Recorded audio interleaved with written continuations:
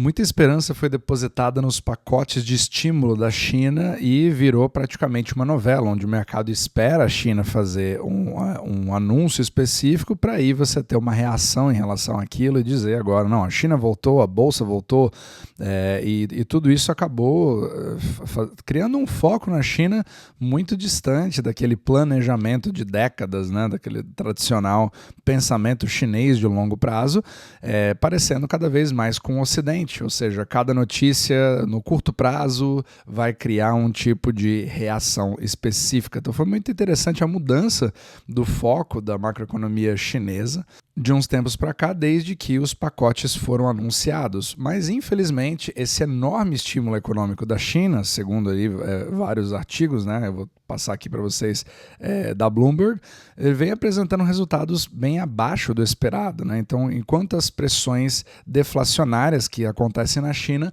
não param de aumentar. Então, apesar de anunciar cifras assim significativas, os resultados vêm sendo mínimos, mostrando que a decepção do mercado vem dominando praticamente as coisas que vêm acontecendo nesse exato momento na China e aumentando um pouco a preocupação, porque não se sabe muito bem o que fazer e o mercado tá com um faro bastante alto em relação a isso. Então, o que eu quero comentar aqui é um pouquinho dos efeitos disso na macroeconomia nos últimos tempos e como o mercado está reagindo a isso. Então, primeiro, os lucros industriais da China eles tiveram uma das maiores quedas já registradas, estão levando as indústrias a praticamente ter a única estratégia possível, que é de escoar o excesso de produção no mercado global. Só que tem um grave problema aí. O mercado global também está desaquecido. Então essa que é a grande questão. Não é um problema somente da China, é um problema do mundo inteiro, inclusive dos próprios Estados Unidos em relação à sua demanda. E principalmente a Europa, que está assim numa situação bastante complicada. Eu vou até fazer o próximo capítulo sobre isso também. Inclusive eu deixei um pouco a poeira baixar, porque é muito importante você ver o que acontece logo após um anúncio, e muito da narrativa foi que não, agora a bolsa chinesa está aberta, agora ela voltou com tudo, agora o capital estrangeiro está entrando com tudo e a China voltou. Só que aí passa um pouquinho esse tempo e você percebe que aquela lua de mel dura muito menos do que se esperava. Então, isso mostra claramente a diferença entre um estímulo real ou uma mecânica, literalmente, de você injetar capital no país e isso se refletir, de fato, num aumento de consumo, num aumento da confiança no longo prazo, do que uma estratégia simplesmente psicológica. E isso é exatamente o que todos os bancos centrais de todos os lugares, inclusive o Fed, acabam fazendo. E a China está se vendo obrigada a jogar esse jogo justamente pela forma em que o sistema monetário todo é feito. Então a última medida, que foi o que a gente chama de debt swap, de 10 trilhões de yuan, foi aproximadamente 1,4 trilhões de dólares, ele foi muito focado em veículos de financiamento de governos locais, ou seja, o objetivo ali era você fazer um repasse para as províncias, né, e as cidades, só que a grande questão, a principal crítica, inclusive, do mercado foi que isso visou muito mais a rolar as dívidas passadas, em vez de você estimular um crescimento futuro. Então foi uma coisa muito mais passiva do que ativa, e muitos reclamam que o número deveria ter sido muito maior, mas aí fica a questão, será que simplesmente um número maior vai resolver aquilo? Agora o pacote ser de 20 trilhões vai fazer com que isso mude alguma coisa? Talvez isso é bastante debatível, certo? Isso é bastante questionável. E não podemos esquecer que há muito tempo o modelo econômico da China ele dependeu extremamente do setor imobiliário, né? Então, 2008 também teve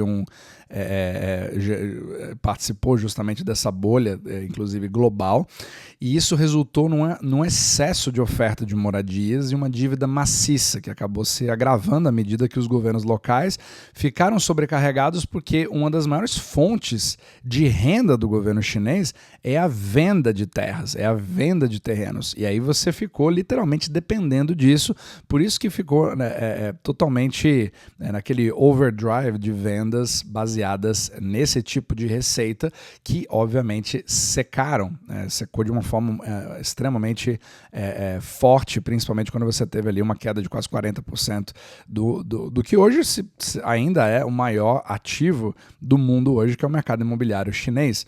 Então, isso tudo fez com que não se tenha uma saída muito confortável, né, para um problema muito mais complexo do que se imagina. Então, você tem uma economia interna que continua não respondendo na base do consumo, os consumidores ainda estão focados mais em quitar suas próprias dívidas do que tentar fazer uma expansão, né, de crédito para comprar novos carros, novas casas, etc. E, ao mesmo tempo, o governo segurando o dólar, né, com seu controle de capitais, que é uma forma de tarifas, né, vou até falar sobre isso, falei sobre isso inclusive num vídeo exclusivo que eu fiz aos domingos, sobre o assunto de tarifas, o Trump, etc.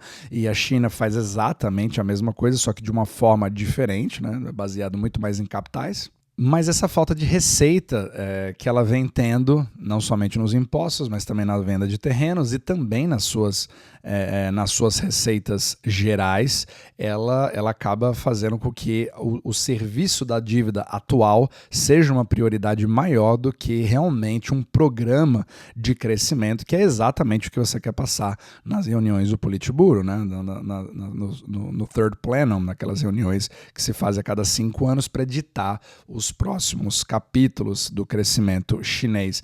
Então, essas expectativas de estímulo acabaram sendo frustradas, né? Então, por mais que você tenha indicativos mais agressivos, etc., é muito mais uma questão de narrativa do que, de fato, algo mecânico.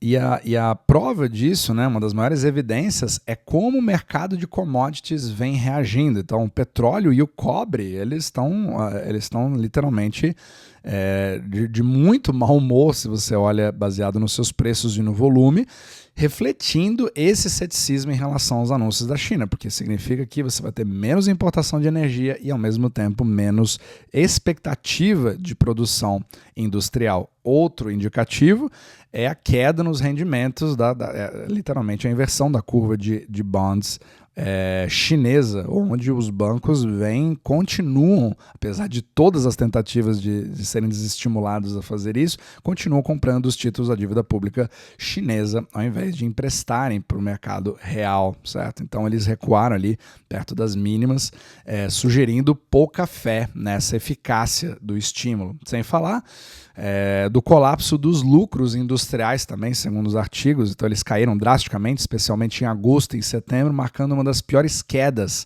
já registradas, né? Então tudo isso, você junta isso, além da dificuldade nas exportações chinesas, que apesar de crescerem, inclusive eu vou fazer um outro capítulo sobre a balança que está sendo literalmente a vaca leiteira da estratégia chinesa, que faz com que você consiga ter mais dólares entrando, segurando um pouco mais o yuan, mas ao mesmo tempo esse maior volume ele também aconteceu por uma forma um pouco mais artificial, que é o grande corte de preços que está sendo obrigado a ser feito pelo excesso de estoque, o que não necessariamente consegue ser visto a bons olhos para os exportadores no longo prazo, certo?